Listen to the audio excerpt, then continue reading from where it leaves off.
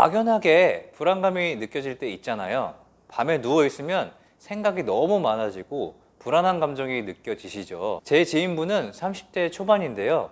아무래도 스스로 인생을 책임지는 시기의 시작이다 보니 미래에 대한 고민, 관계에 대한 고민, 여러 고민들로 밤에 잠을 잘 못 잤다고 해요. 그리고 어느새 항상 무엇인지 모르겠지만 불안함을 느꼈다고 합니다. 정신건강의학과 이재원 원장님은 모든 의학적인 부분은 다 도와드릴 수 있지만 습관을 만드는 것은 도와드릴 수 없다.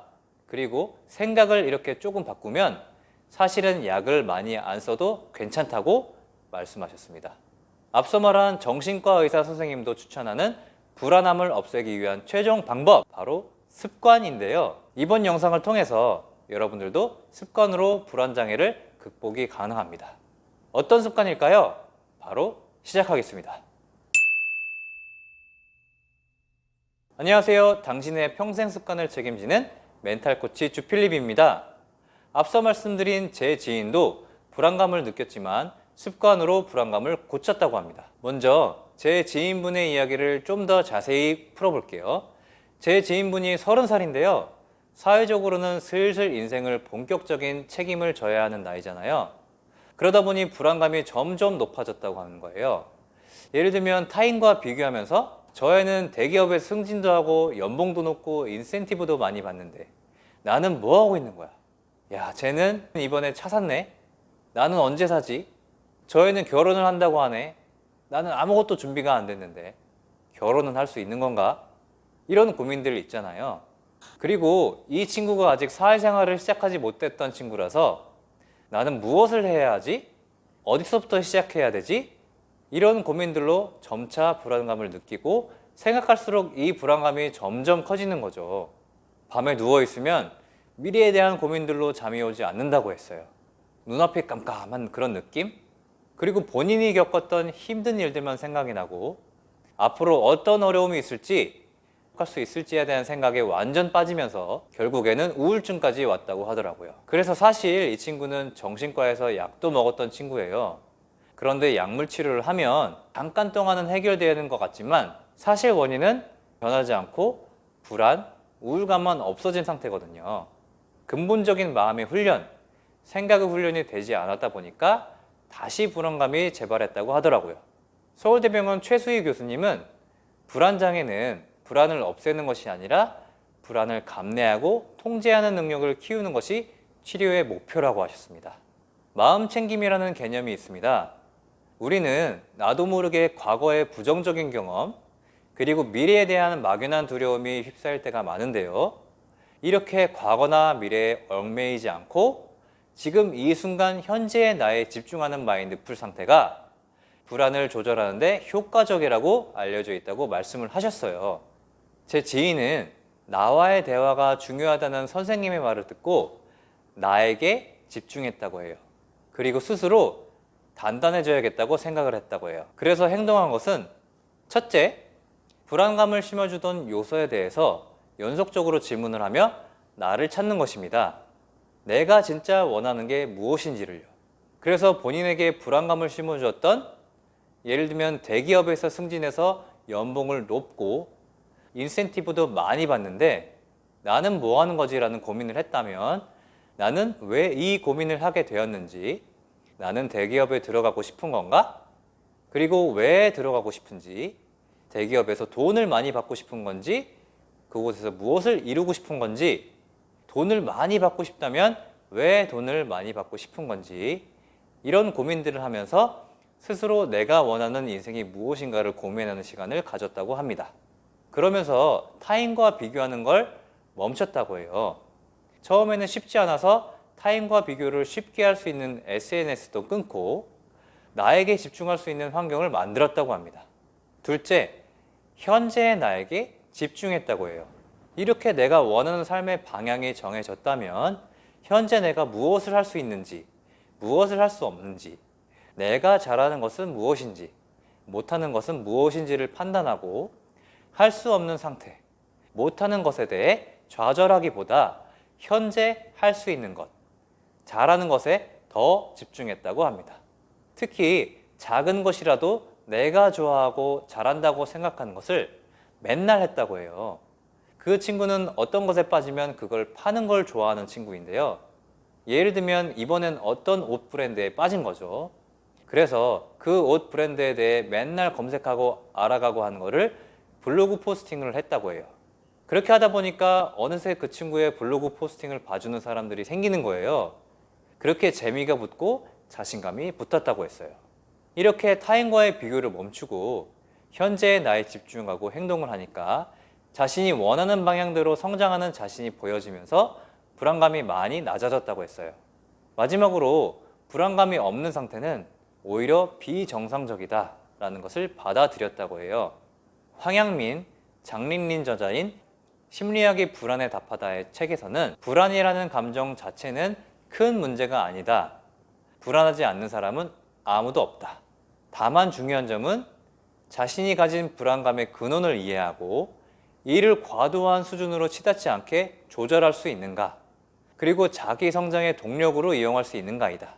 이렇게 불안감에 대해 소개를 하고 있어요. 불안하니까 불안하지 않으려고 우리는 더 움직이거든요. 불안이라는 생각에 매몰되지만 않는다면 성장할 수 있게 만드는 중요하고 고마운 감정인 거죠. 즉, 책에서 소개한 것처럼 불안은 오히려 성장의 동력인 긍정적인 요소인 거죠. 모든 사람들은 불안합니다. 왜냐하면 저희는 인간이니까요. 미래를 모르니까요. 인생사 세옹지마라는 속담이 있는 것처럼 미래는 아무도 모르기 때문에 불안한 게 당연한 거거든요. 불안이라는 감정에 대해 너무 불안하지 말아야 돼. 이렇게 배척하지 마시고 받아들이세요. 그리고 내가 왜 불안한지에 대해 직면해서 나와의 대화를 통해 본질적인 원인을 찾고 원동력으로 성장하는 거죠. 불안은 내 스스로에 대한 기준이 성립이 안 돼서 생기는 겁니다. 내 능력과 상황과 환경이 아니라 자꾸 타인의 기준을 가져오기 때문에 과도한 불안감이 생기는 거죠. 원래 남들과 비교하는 게 가장 쉽잖아요. 대부분의 사람들, 보편적인 사람들의 사회적 기준이 나를 옭아매고 있는 거죠. 사실 타인의 기준이 아닌 나의 기준을 세우는 게 가장 어렵습니다. 아마 친구들끼리도 넌 어떤 인생을 살고 싶어? 이런 광대한 질문에 부자 되고 싶어. 이런 답을 하는 친구들이 많을 거예요. 그런데요, 왜 부자가 되고 싶은지, 부자가 되어 무엇을 하고 싶은지에 대해 아마 답을 할 수 있는 친구들이 별로 없을 겁니다. 답을 한다고 해도 부자 돼서 집을 사고 싶은데? 이런 정도의 답을 하는 친구들을 많이 볼 수 있을 거예요. 근본적인 답은 아닌 거죠. 과도한 불안감은 스스로에 대한 확신이 부족해서 생기는 거거든요. 이석진 정신건강의학과 전문의는 늘 불안하고 걱정이 많은 사람이라면 미래에 대해 좀 더 긍정적으로 생각할 필요가 있다. 주변의 시선에 대해 너무 스트레스 받지 말고 자존감을 높여야 된다. 이렇게 조언을 합니다. 지금부터 이런 불안감을 없앨 수 있는 딱 5가지 솔루션을 5분 안에 알려드려 보겠습니다. 스스로에게 한번 물어봐 보세요. 난 무엇을 잘할까? 무엇을 좋아할까? 이 질문이 어려울 수도 있어요. 현재 이 질문에 답하기 어렵다면 여기서부터 시작해 보세요. 1번, 스스로 결정하는 것들에 대해 결정한 이유를 써보기. 조그마한 것이라도요. 예를 들면 점심 식사 메뉴, 오늘의 옷차림 같은 사소한 거라도요.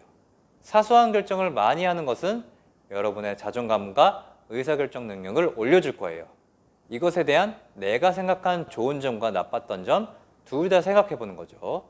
내 결정에 대한 스스로의 객관적 평가를 하는 거죠. 예를 들면 지하상가를 가다가 노란색 옷이 예뻐 보여서 아주 충동적으로 생각지도 못한 소비를 했다고 해보죠. 이럴 때 내 선택에 대한 평가를 해보는 겁니다. 잠깐 기분은 좋았지만 예정이 없는 소비를 했더니 조금 후회가 되네. 여기서 중요한 건 자기 자신을 비난하지 않는 겁니다. 비난보다는 내 선택을 객관적으로 평가하는 것이 중요한 거죠. 3번, 내가 생각한 총 합계와 결론을 내려보세요. 내 결정에 대한 개선할 점을 생각해보고 차후 결정에는 발전된 결정을 할 수 있는 거죠. 예를 들면 일단 나는 쇼핑을 하는 것 자체만으로도 나에게 만족감을 주는구나. 그런데 길게 생각해 봐야겠다. 재정 상태를 아낄 수 있는 것을 생각해 본다던가, 어차피 내일도 살 수 있으니까 집에 가서도 아른거리면 그때 산다든지 이런 방법을 생각해 보는 겁니다. 4번, 굳이 긍정적인 면을 한번 생각해 보는 습관을 갖는 것입니다. 충동적으로 구매했지만 죄책감을 갖지 않는 것이 중요합니다. 그때는 이왕 샀으니까 예쁘게 잘 입자. 지금 후회해봤자 할 수 있는 건 없으니까. 이렇게 부정적인 사건, 내가 의도하지 못했던 부정적인 행동들을 자책하는 대신 긍정적인 면으로 바꿔서 한번 평가해보는 연습을 하는 겁니다. 마지막은 반복입니다. 위의 순서를 습관화해보세요. 이 5가지 프로세스를 항상 해보는 겁니다. 내가 스스로를 결정하고 결정에 대해서 스스로 평가를 내려보고 스스로 마음에 들지 않더라도 괜찮다. 긍정적인 면도 있지 않나? 꾸준히 생각하는 겁니다. 계속 할수록 점점 긍정적인 사고를 할 수 있을 겁니다. 이렇게 작은 것부터 계속 반복해서 답이 쌓이다 보면 어느새 큰 관점에서의 결정권을 스스로 가지게 되고요. 내가 진짜 잘하는 게 무엇인지, 내가 어떤 걸 삶의 목표로 하는 것인지 명확해지고 나만의 기준이 생기는 때가 와요. 그럼 이때는 스스로 단단해진 상태이기 때문에 과도한 불안이 생기기 어렵죠. 나의 시선에서 내 목표를 향해 성장하는 나를 스스로 평가할 수 있기 때문에 타인의 평가나 잘남이 나한테는 큰 영향을 끼치기 어렵거든요. 성장하는 나를 보며 당연히 불안감이 낮아지겠죠. 성장하고 있으니까요. 자, 정리해 보겠습니다.